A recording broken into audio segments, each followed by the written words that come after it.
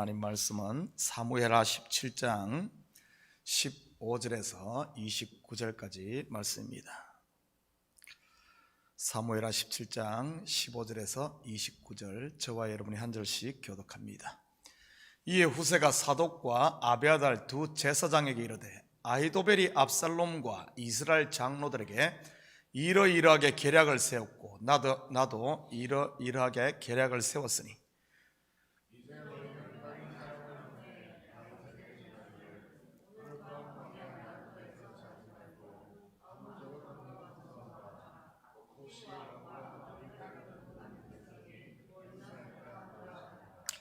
그때에 요나단과 아히마스가 사람이 볼까 두려워하여 감히 성에 들어가지 못하고 에너로겔 가에 머물고, 어떤 여종은 그들에게 나와서 말하고 그들은 가서 다윗 왕에게 알리더니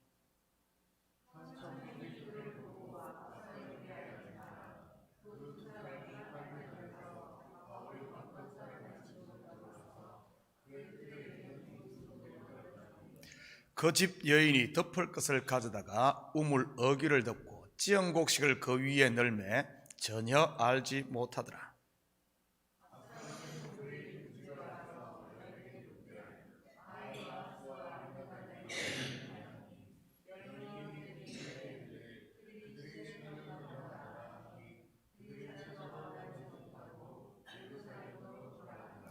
그들이 간 후에 두 사람이 우물에서 올라와서 다윗 왕에게 가서 다윗 왕에게 말하여 이르되, 당신들은 일어나 빨리 물을 건너가소서. 아히도벨이 당신들을 해하려고 이러이러하게 계략을 세웠나이다.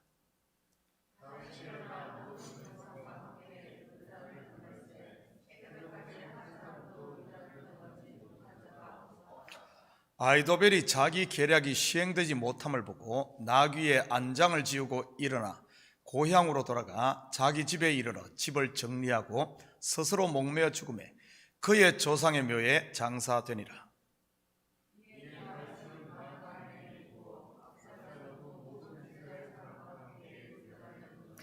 압살롬이 아마사로 요압을 대신하여 군 지휘관으로 삼으니라. 아마사는 이스라엘 사람 아드라라 하는 자의 아들이라.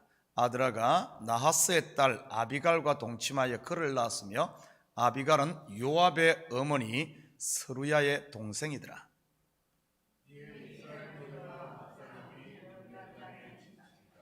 다윗이 마하나임에 이르렀을 때 암몬 족속에게 속한 라빠 사람 나하스의 아들 소비와 로데발 사람 암미엘의 아들 마길과 로글림 길르아 사람 바르실레가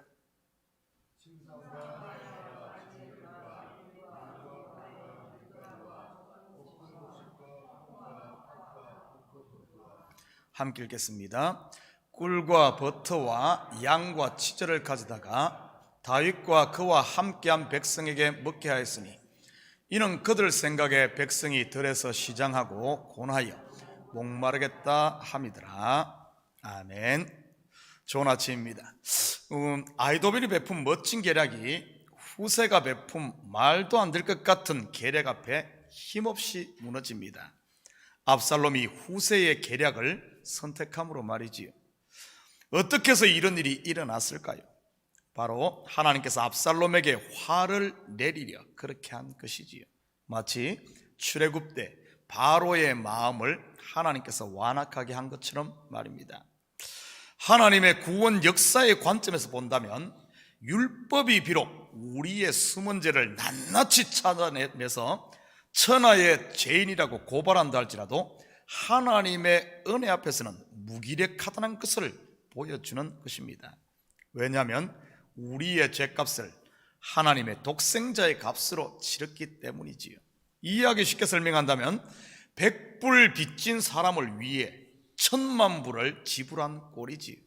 그러니 빚쟁이가 다시는 빚 갚으라는 말을 어떻게 할 수 있겠습니까? 이러한 구원의 비밀을 사도 바울은 로마서 8장 31절에서 34절에 이렇게 소개합니다.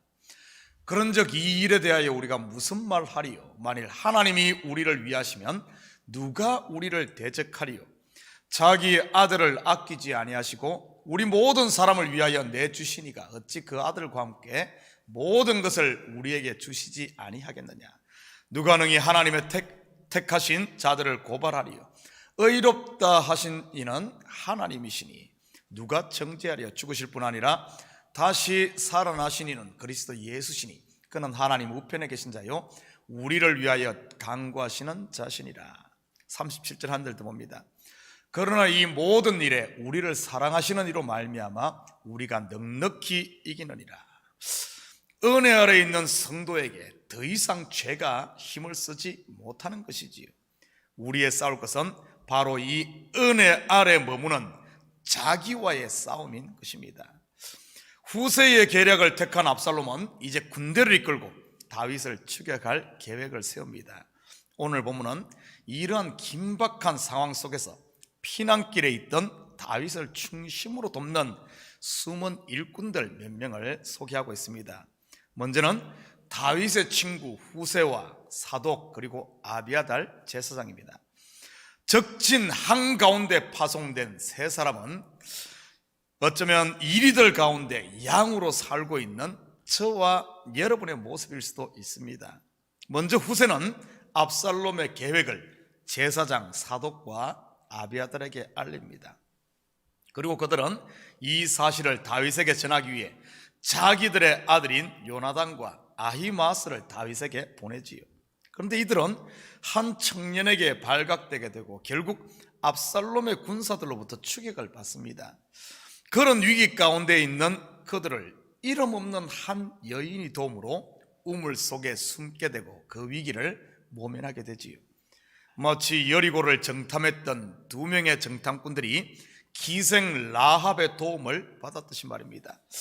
그런 것을 보면 하나님께서는 언제나 자기 백성들에게 피할 길을 예비하고 계심을 알 수 있습니다. 고린도전서 10장 13절입니다.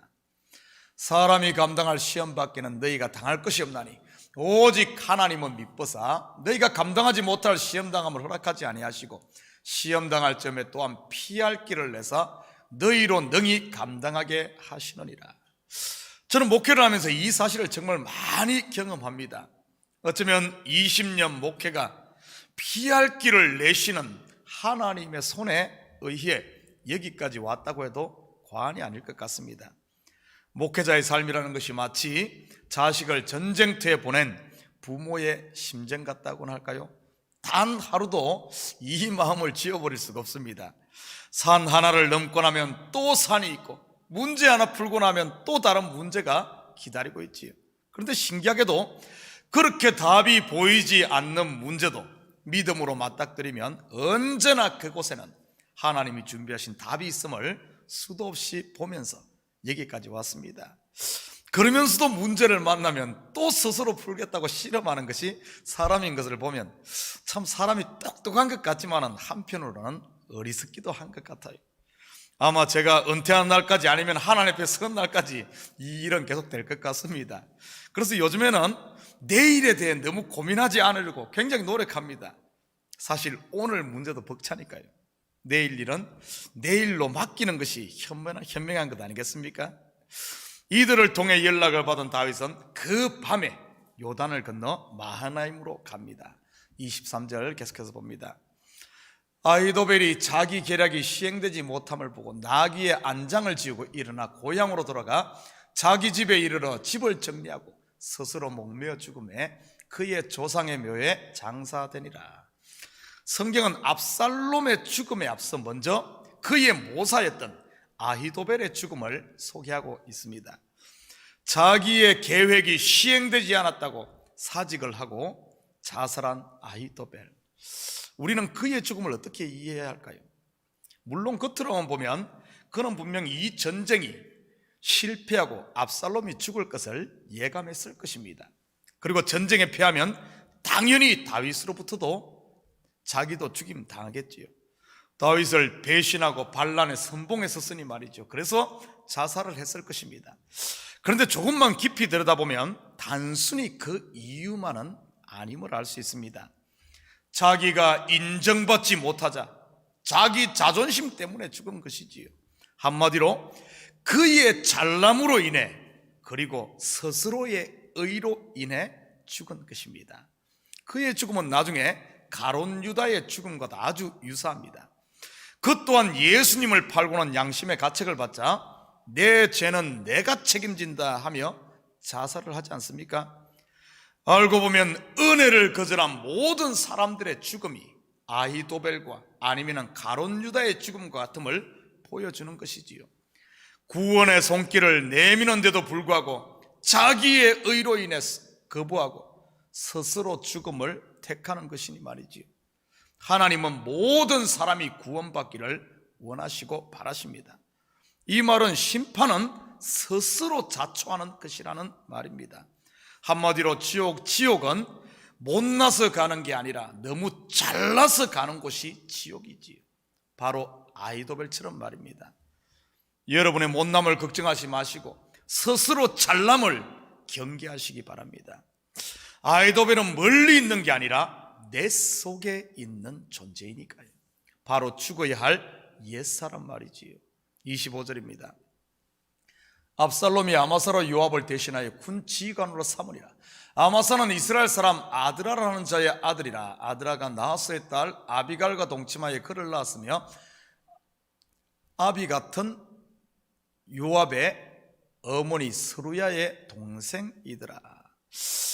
압살롬이 그의 군대 장관으로 아마사를 세웁니다. 그런데 그는 다윗의 군대 장관 요압과 이종 사촌 지간입니다. 한마디로 완전히 집안 싸움인 것이지요. 아버지와 아들 이종 사촌끼리 원수가 되어 싸우고 있으니 말이지요. 예수님께서도 원수가 집안 사람이라고 말하지 않았습니까? 영적으로 보면 이러한 싸움은 바로 하나님의 나라인 성도 속에서 일어나고 있는 싸움이라는 말이지요. 육신에 속한 생각과 성령의 생각 사이에 싸움 말이지요. 27절입니다. 다윗이 마하나임에 이르렀을 때 암몬족 속에 속한 라빠 사람 나하스의 아들 소비와 로데발 사람 암미엘의 아들 마길과 로걸림 길리앗 사람 바르실레가 압살롬을 피해 마하나임까지 피신한 다윗은 그곳에서 예기치 못한 사람들로부터 도움을 받게 됩니다. 먼저는 암몬 사람 소비입니다. 이 사람은 암몬의 왕 한운의 동생으로 추정되는 인물이지요. 이방인입니다. 아들은 자기를 죽이겠다고 난리가 나는데 이 이방인은 그를 돕습니다. 그 다음이 로데발 사람 암미엘의 아들 마길인데 이 사람은 요나단의 아들 머비보셋을 돌봐주었던 바로 그 사람입니다. 이 사람 또한 죽은 사울 왕의 사람이지요. 한때 다윗과 원수였던 사람 아닙니까? 그리고 마지막이 길르앗의 부자인 바르실레입니다. 요단 동편의 길르앗 사람들 또한 사울 왕에게 은혜를 입었던 사람들로서 한때 다윗과 원수였던 사람들입니다. 이것이 어떻게 된 것입니까? 가까이 있는 가족과 친척 그리고 자기의 사람이었던 아히도벨 같은 사람들은 다윗을 죽이려고 하는데 한때 원수였던 사람들이 이제는 돕는 자가 되어 있으니 말이지요. 후속사로 보면 이는 곧 다윗이 죽자 원수가 친구가 된다는 뜻입니다.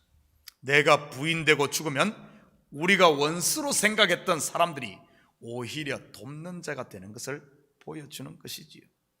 혹시 주위에 미워하는 분이 있습니까? 더 이상 미워하지 마시기 바랍니다. 원인은 그 사람이 아닌 내가 살아있으니 원수가 있는 겁니다. 내가 부인되어지고 내가 그리스도 안에 머물게 되면 원수가 오히려 친구가 되고 동역자가 되는 것을 보여주는 것이지. 28절 29절입니다.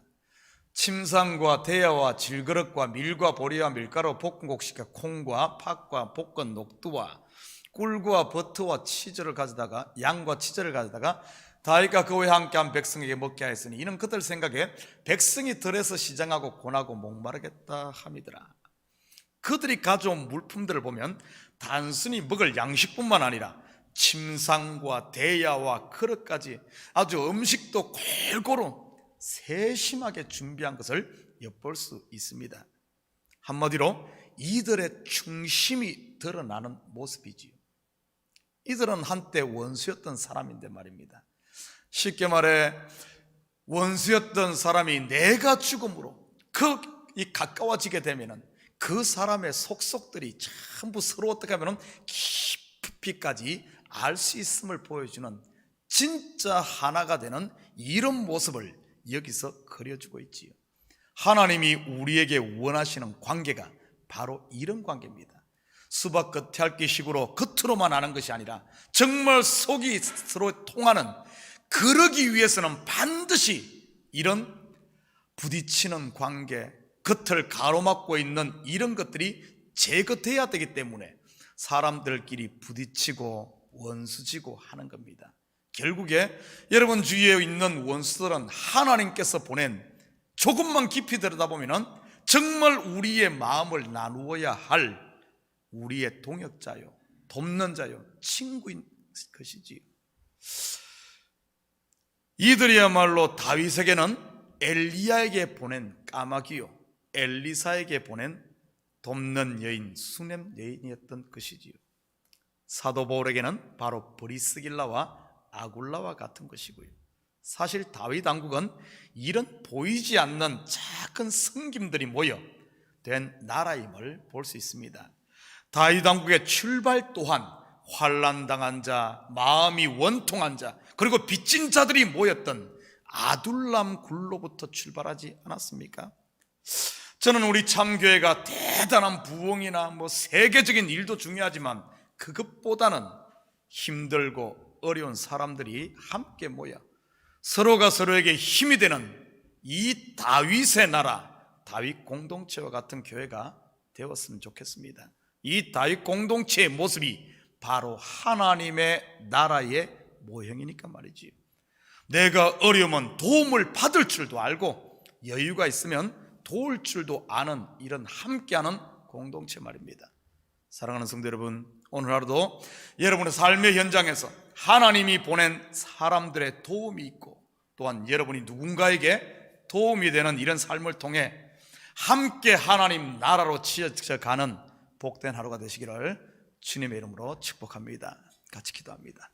사랑의 아버지 하나님, 참으로 감사드립니다. 이 새벽도 저희들을 깨우시고 아버지 하나님 주님 앞에 엎드리게 하시니 참으로 감사를 드립니다.